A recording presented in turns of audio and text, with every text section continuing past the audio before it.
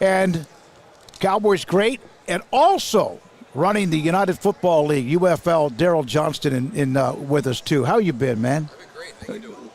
Got it up? Okay. Yeah, there we go. Yeah, I'm awesome. How are you? Great to see you. I'm doing great. She just mentioned that you could not have a better executive team and administration running a league like what you're trying to run right now with you and all the others around you. Well, including Bianca. Yeah. So, yeah, it has been an amazing journey. And I think both of the teams, both of the leagues, starting out, and when the merger was announced, it was like, how are we going to make this work? Because, boy, there's some really good people on both sides of this coin. And was really, really impressed, to watch everybody on football ops come together last year very, very quickly. Because we know each other, or we knew of each other, and there was a respect factor there. So that was going to be the easy part. And then just, the confidence where people trust. They allow you to make decisions, and sometimes it's not the best decision, but you learn from that decision. Yep. So it's been great. It's been a great environment for me for really every year, kind of moving into this role, which is very different than I was doing in the past. Even in the spring leagues in 2019 with the AAF as a general manager, or 2020 with the XFL first iteration as a director of player personnel with Coach Stoops. So this is a different challenge every day, and it's, if you don't have those type of people around you, you're not going to be successful. Yeah, I just love thinking of you and Coach Stoops. Like, Moose, who you got to get me? You got a guy for me? Who you got? But the great thing was, we only had one where he's like, I want to go here. I said, well, I got one that I'm waiting on, and we wait any longer and I lose him, I'm not going to be happy. Yeah. So the challenge of the Spring Football League, well known. Or the competing football league to the NFL. You guys have kind of veered away from that, I think very smartly, in that you're not competing with the NFL. You're happy when your guys get that opportunity. It is not trying to take it down. It's trying to be additive to the football culture. Am I wrong in that mission statement?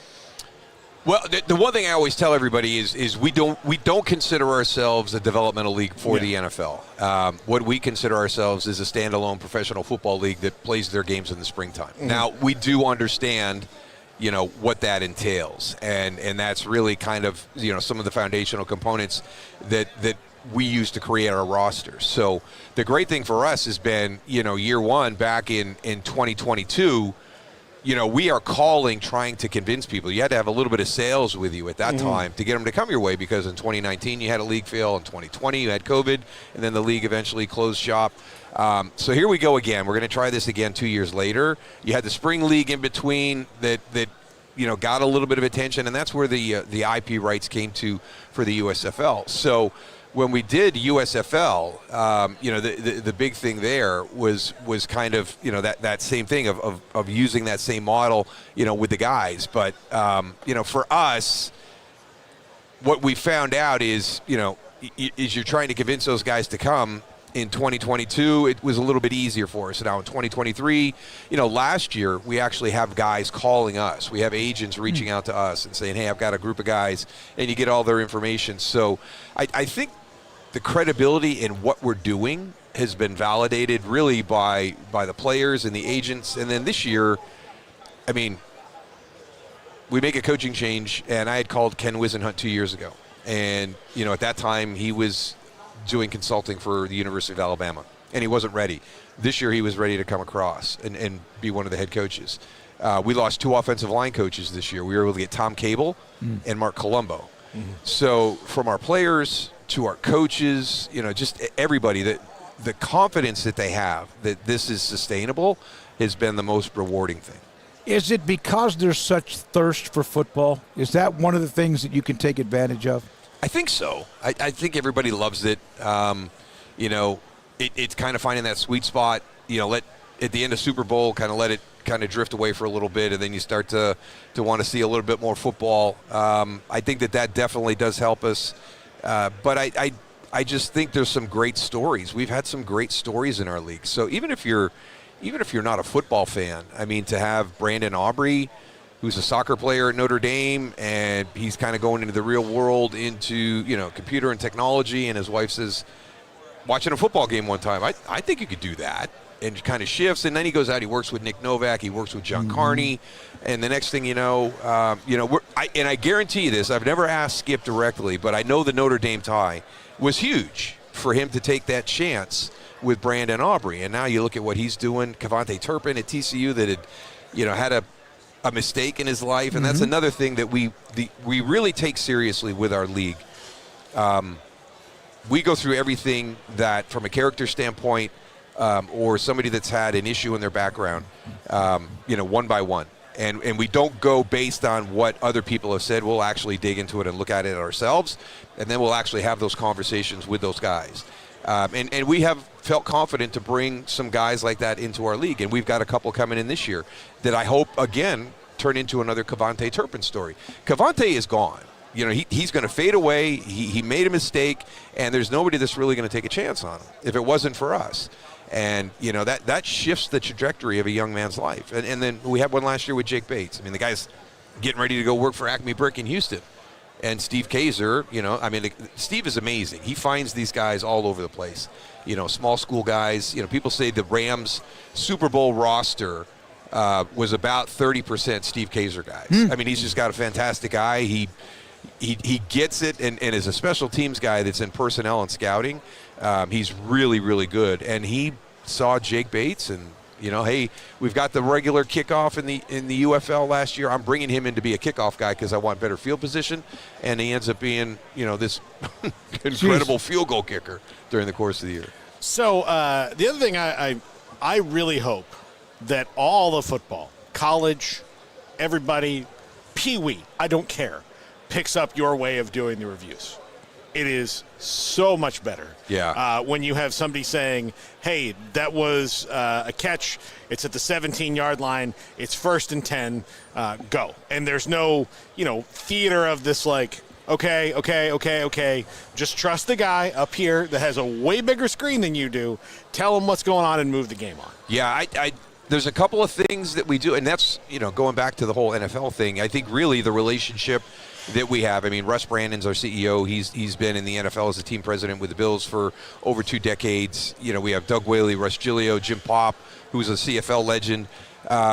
Those are the people that we have in football, and they've all got great networks.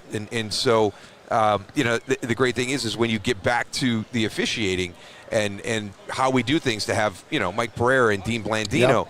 Yep. I am shocked that people don't come down to what we're doing from a technology standpoint, because we do tend to press the envelope.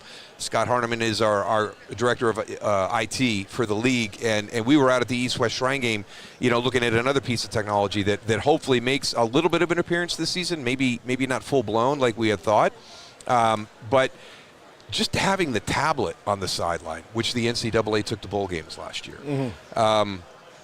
When I played and you get the still and you're trying to piece that still together and you still don't, well, where did the safety come from? I can't find him on here anywhere. And then to be able to go back and watch the video, and our quarterbacks will actually say, I watched the game on the sideline, then I watched the game with coach the next day, and I'm already that much farther ahead that I feel like by the next week I've corrected more things that I need to work on if I hadn't been able to watch that video on the sideline. Daryl, it's Super Bowl week, and you, of course, were part of those great teams with Dallas.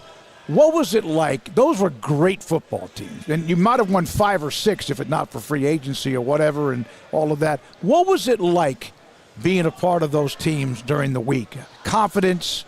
Sometimes some guys were a little bit more out partying than others, but still you guys had a single purpose that was laser focused. Yeah, I think that's a great way to describe that group, is a single purpose. We all went about it different ways.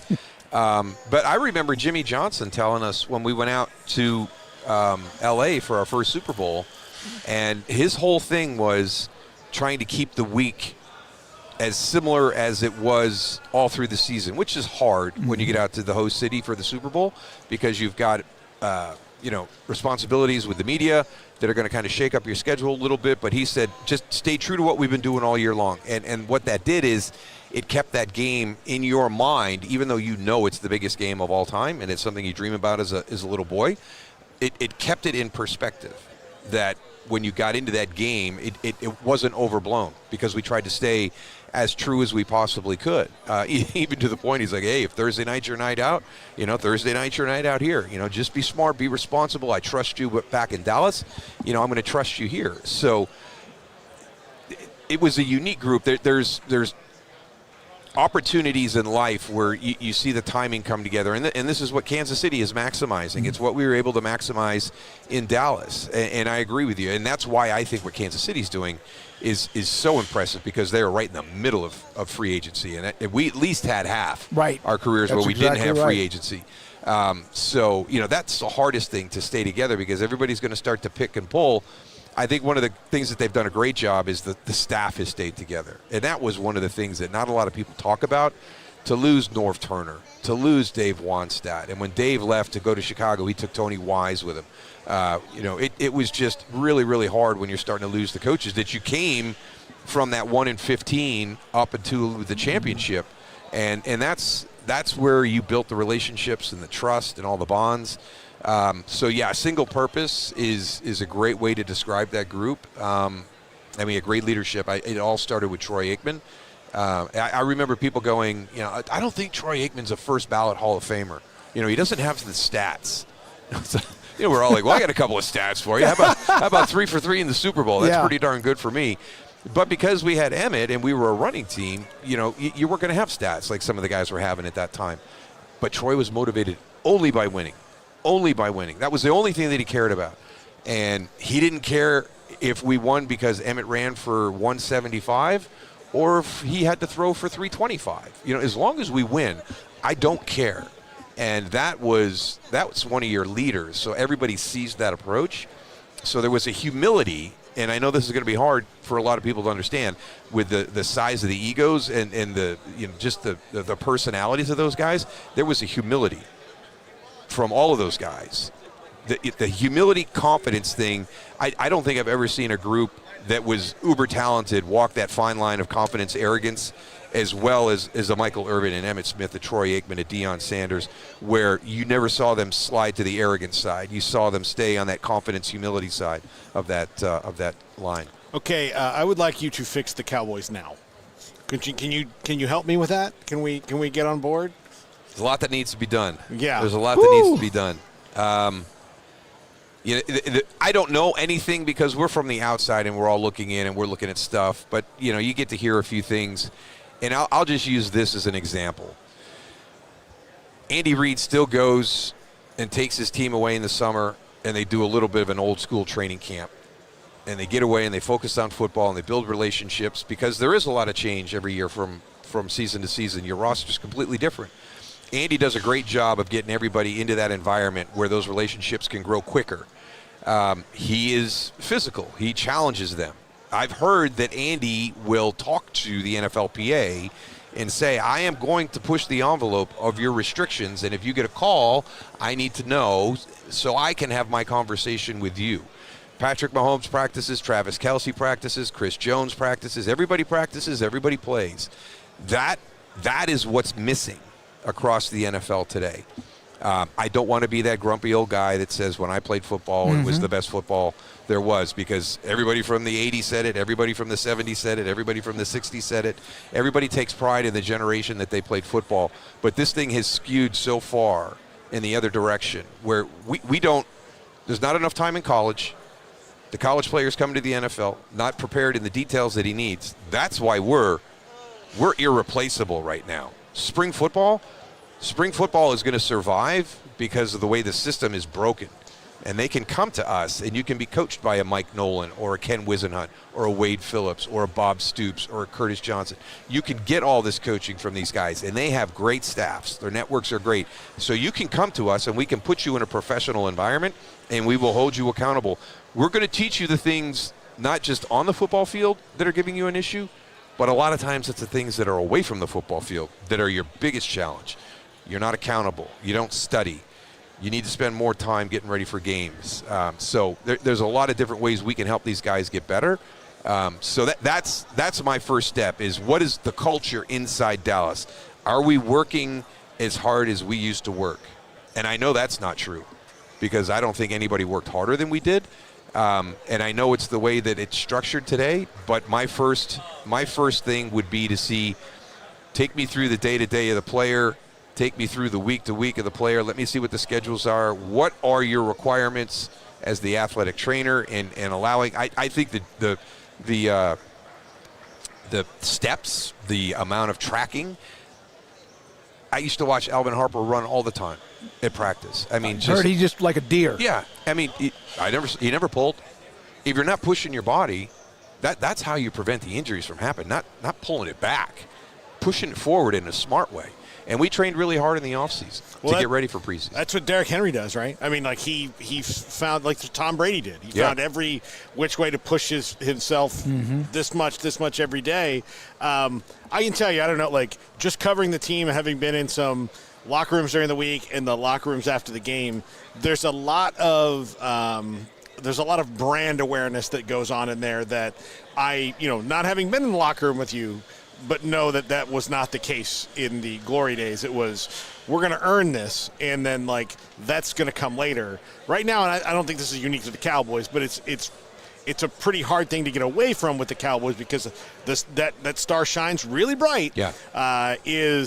Oh, man, we went 12-5. Oh, I'm a big deal now. Mm-hmm. Yeah. And that's hard to break when you have 53 guys like going through that. If they would just realize that if you win a championship, how much bigger that means. That's exactly. Yeah. And Dion and Michael, the personalities and whoever else, they understood that. Yeah. And you guys got to know it, though, from the guys from the 70s, too, I bet, too, a little bit. We did. There was a nice bridge there back to those guys. And I want to see Dallas do well. I don't like when they're not having a great season, and that was kind of the feeling that we got from the guys from the 70s. They were so excited to see us have a little bit of success because it had been so long. And it's not like we're going to get jealous. We want to see it just as bad as any of the fan base. I was going to ask you if it not hurt your feelings, but if it bothered you when they just have been a mess. Even though they had 3 12-win seasons, but does it bother you when you see them that's kind of a mess? It bothers me to see, and this is going all the way back to Jason Garrett. There was a couple of teams there that you thought had a shot. I mean, you had a couple of number 1 seeds in the NFC. So, it is troublesome. Why can't you get over this hurdle? There's been some great talent on these teams. And that's why I say I count my blessings every day that I was a part of those teams in Dallas. And people will say, well, your position, was it hard to play your position? No, because that's the only way that I was going to be a part of that. I could see that it was going to be special, and that was going to be my vehicle to be a part of it. And I guarantee you that if you talk to – and you can't talk to Patrick, right, because Patrick's kind of the reason that it is special. Mm-hmm. But if you talk to a Travis Kelce who was there, anybody that was there prior to that, and what you realize how unique that situation is, and I love watching people maximize it when they recognize that this is something really, really unique. One final thing from me, Fran Brown in Syracuse. Yeah. He was at Baylor with Matt Rule for a little bit. Of course, he's been, and we love him when he was there for a short amount of time in Waco, but how proud are you of what Syracuse did last year? Very proud. Very proud. Now they got to follow it up this year. Right. Fran's great at recruiting. The talent. My daughter played lacrosse at Syracuse, and she graduated last year, so she got a little bit of the transition from Dino Babers and Fran coming in, and then here's the new athlete. Here's the new football player that's going to be on the SU campus. And my daughter Evan was like that. It is like completely different. These guys are legit football guys. So that was really exciting. But I think the biggest thing for us is he's been very, very open to former players. That I've never understood why a coach wouldn't be. Right. Then some of them want to seal that off. They want to we're going to do it my way, and I've never understood that. Some of them get territorial about this last coach, they're going to be mad at me. Yeah. No, they're going to love the university. You'll have some that'll be mad, but they're not going to come anyway. You don't want Dwight Freeney to come by and maybe talk to your edge guys. You don't want Marvin Harrison. Give you some instruction on wide receiver. One of the most unselfish football players of all time in Daryl Johnston. Man, I love you to death. Appreciate your time. I'm going to give her my business card. We want to help you guys as much as possible with some access to some other interviews and stuff. That'd be awesome. All right? That'd be awesome. DJ, thank you. David, Daryl great to Johnston. see you. Good to see you guys. Again, the United Football League, and with us here on Radio Row, New Orleans, 365 Sports.